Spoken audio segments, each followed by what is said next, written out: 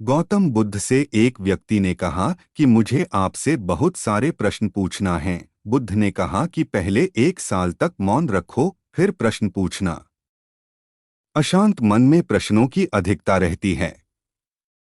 प्रश्नों की वजह से हम सही निर्णय नहीं ले पाते हैं।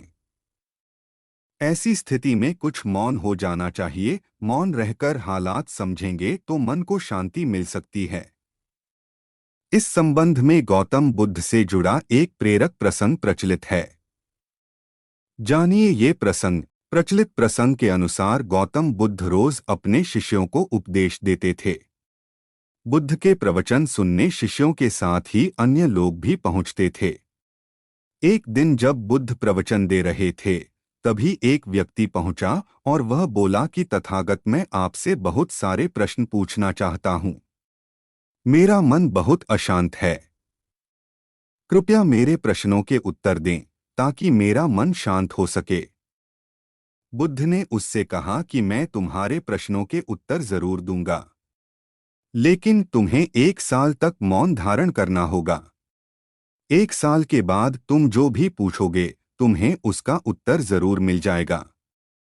उस व्यक्ति ने कहा कि 1 साल बाद आप मेरे प्रश्नों के अवश्य देंगे ना? बुद्ध ने कहा कि मैं अपनी बात का पक्का हूं, तुम्हें सारे प्रश्नों के जवाब दूंगा, लेकिन 1 साल बाद। बुद्ध की बात मानकर उस व्यक्ति ने मौन व्रत धारण कर लिया। धीरे धीरे वह मौन की वजह से उसका मन एकाग्र होने लगा। वह ध्यान में उतरने लगा। मन भी शांत होने लगा। उसके सभी प्रश्न खत्म होने लगे। 1 साल बीत गया।